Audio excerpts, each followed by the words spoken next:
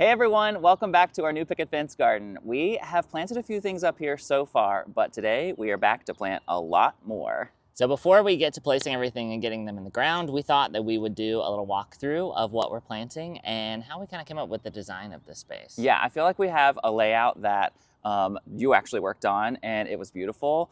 And now we're just coming across a lot of plants that we really love. And so we're kind of just fitting them all in. So I think a lot of these are ones that we are just fitting into the plan as it is. Yeah, and it's evolving. I think when you start planning a garden, I mean, you're dreaming of what could be. But then as you're out and about or browsing online or seeing what other people are planting, you think like, oh yeah, I've got to plant that. I think that's kind of where we are. Yes, and we have plenty of space here. So I think this can be a garden where we just fit in all the things we love. All right, so let's talk about what we're going to be planting today. So first up here is Desert Plains Pennisetum. Now this is a perennial fountain grass that will get about 4 by 4, I think. So it's going to get pretty large. And I think this will be nice because we do have the blue grama grasses up here that we've grown from seed, but they stay pretty small. Yeah. We don't really have like an impactful big, large grass up here. So I think this will be nice. We're only going to do one because it does get so big. Yes. Although typically I would like to plant, you know, a few of things like this, but we're just going to do one. And I think that will also be nice because we're thinking about planting it sort of next to the driveway. So it's not going to be something that's like a rose or something with sticks that will stick out and potentially scratch your car or make it hard to get out of the car. This will just be kind of nice and wispy. Yeah, and I like it because the other grass that we planted stays low, it gets kind of bushy, it's more of a ground cover grass, whereas this garden is brand new, so we need some of those bigger anchors, and I think this grass will give us that. Yeah. Next up is a brand new butterfly bush from Proven Winners this year. This is Mop Top Buddleia. And it does have a little bit of a wilder It's a little wispy shape and appearance than typical butterfly bushes that we've planted, but it's got these beautiful long purple cascading blooms that will just kind of weep over the side. And I think this will be some really cool interest to have up here. Yeah. And previously we had a Miss Molly butterfly bush up here, and unfortunately it did not survive the transplanting, so we are bringing this back so that we can have some nice pollinators. Next up we've got a daylily, and you guys know from our video last week that daylilies are new for us. They're kind of a new craze that we're going after. So we were at Creekside Nursery a couple weeks ago and picked this up, and I just had to have it. So this is called Storm Shelter, and it's got a really pretty dark center with kind of like pink edges. And I was hoping that it was going to be blooming today, but we'll get some pictures for you. And it is just about to take off here. So Brian, you want to talk about the rest? Yeah, I just love that we're adding daylilies to the garden because it is such a new thing for us, and it's something that I grew up with, and so I think it's going to fit perfectly in with this garden, especially as all of our neighbors sort of pass. Those big giant blooms will be really striking from the street. All right, so next up is Azure Snow Salvia. So this we have 3 of, and I think we can create more of a drift of this. Yeah. You know, we planted some salvia in the backyard in a much larger drift, but this one has really purple blooms, but it also has a sort of white bloom along with it. Yeah, it's a bicolor. It's yes, cool. along the spire. It has both colors and it kind of sparkles, and I really love that. We're going to need some perennials up here that give us those pops of color low, because I do think that we're naturally drawn, especially for like a native planting, we're naturally drawn to things that get a little bit taller, a little wild with their blooms, but you need this to ground. So I think that this will be really nice in a clump along the fence. Right here, I have a beautiful goldenrod called Solidago Spark Plug, and I've always loved goldenrod. I'm from Florida, and goldenrod sort of grows along the interstate in a wild way, and I think that is such a sort of pivotal plant in a native planting because it obviously has this gorgeous sort of interesting bloom that's yellow, and it's very striking. It always catches your eye from afar. But I like this one because it stays a little bit smaller, and it's also not supposed to spread quite as much. Goldenrod typically spread, and I think this garden is a place where it could do that, but it'd be nice if it didn't. They're also known for being really, really tall and wild, and this spark plug variety stays really short and compact. And I think that's going to be great to add layers, like I was saying, into this garden. Next one here is a really interesting mock orange called Illuminati Sparks. And you can see that this is a variegated mock orange, which I think is so interesting because we have a mock orange already that has really big, bold, beautiful green leaves. But I think that the variegation is going to really help this stand out against the black fence. This is also going to get pretty bushy, and it has these large white blooms. I'll show you, this one is blooming, and that is such a pretty clump of blooms. And these smell. We can smell the ones, yeah, we can smell the ones in the backyard from like, I don't know, 10, 15 feet away from the plant. And I think that's gonna be so nice for this garden up here. People are walking by, they can smell the scent, it sort of draws them in. So I'm really excited about this one.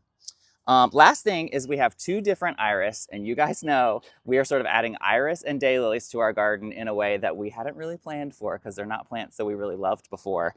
But this year we came across all of these beautiful iris varieties that we just had to have. So the first variety that we have here is a German bearded iris called Flying Solo. This is such a pale sort of peach color, and it's got the sort of tongue on it is very light purple.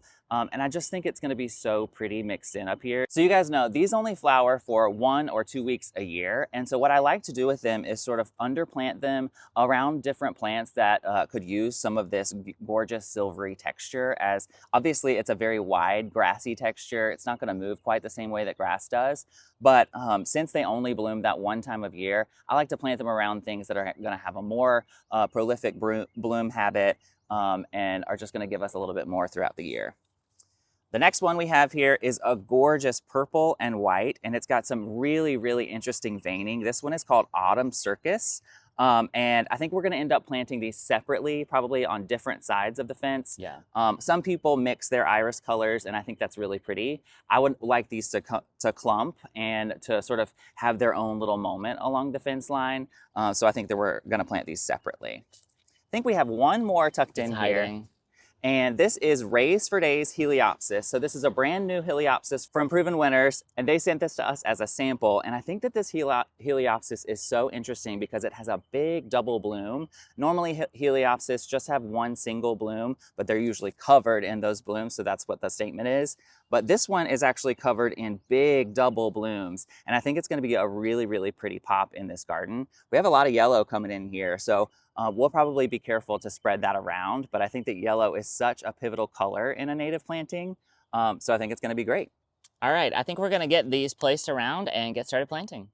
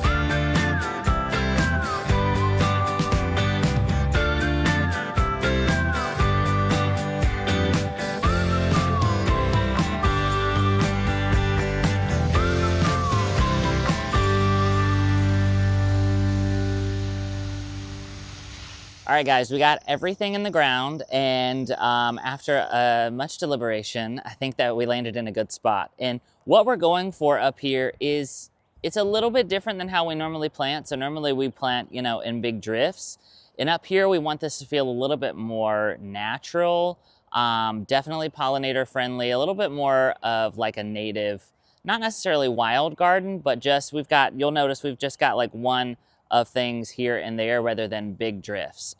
We are working in some drifts here and there, but that will come over time. So we got two of the mock orange here. We've got one on this side of the fence and one just a little bit this way on the other side of the fence.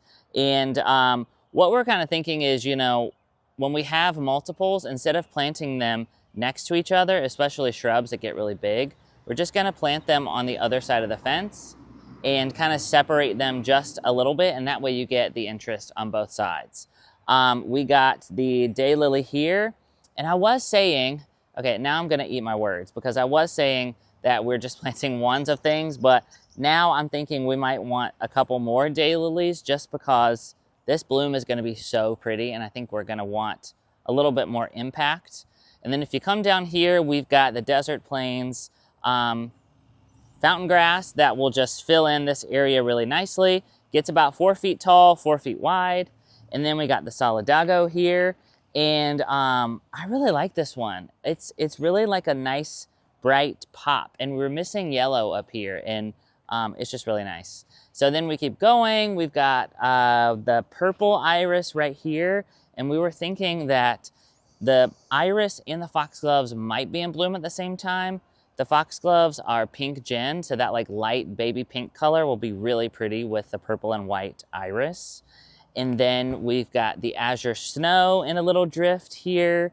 And we've got some lemon jade sedum back in what used to be the shed bed that I think we might pop right here, but we'll do that another day. And then if we come around this side, we've got the peach iris here, and we thought this would be nice to kind of have closer to the sidewalk, so as people are coming by, they can come up and kind of play with them and smell them. And then if we go this way, we've got the little heliopsis here, and I did realize this stays like pretty small. I think it only gets 20 inches wide, so we might get a couple more here just for a little bit more impact. And then we actually had some yellow iris that our friend Joey dug up and brought to us. And I do not know the name, but I'll see if he can get us a picture of it. It's really, really pretty. It's like a golden yellow color with a purple center. And then back here, we've got the other mock orange, which Brian said this is his new favorite plant. I think he's loving this kind of variegated speckly leaf. It does have some really cool interest. And then we've got the mop top buddleia butterfly bush here. And I think this might reach through the fence a little bit, which will be kind of fun. And we'll just let this fill in this area here. But we got everything watered in, and you'll notice we added the Daddy Pete's soil enhancer, pine bark fines to all of the holes, because up here, I mean, it is just pure clay. So we wanna make sure we're amending the soil as we go, and we're gonna come in with some drip irrigation as well as some really good compost on top, just to give the soil some more nutrients and so that it won't look so red. But we'll get to that another day. All right, guys, so it's starting to rain, which is amazing for all these plants. They're Yeah. gonna get nice and watered in the ground for the next probably, I think, 3 or 4 days. It's supposed to rain steadily. So we are gonna get this wrapped up and go in the house. We hope that you guys have enjoyed this video. I'm just really loving the way that this picket fence garden is turning out. And we'll share as soon as we are planting more things. There's lots of stuff to come in here. But if you like this video, please give it a thumbs up and make sure that you subscribe to our channel. And we'll see you in the next one. Bye.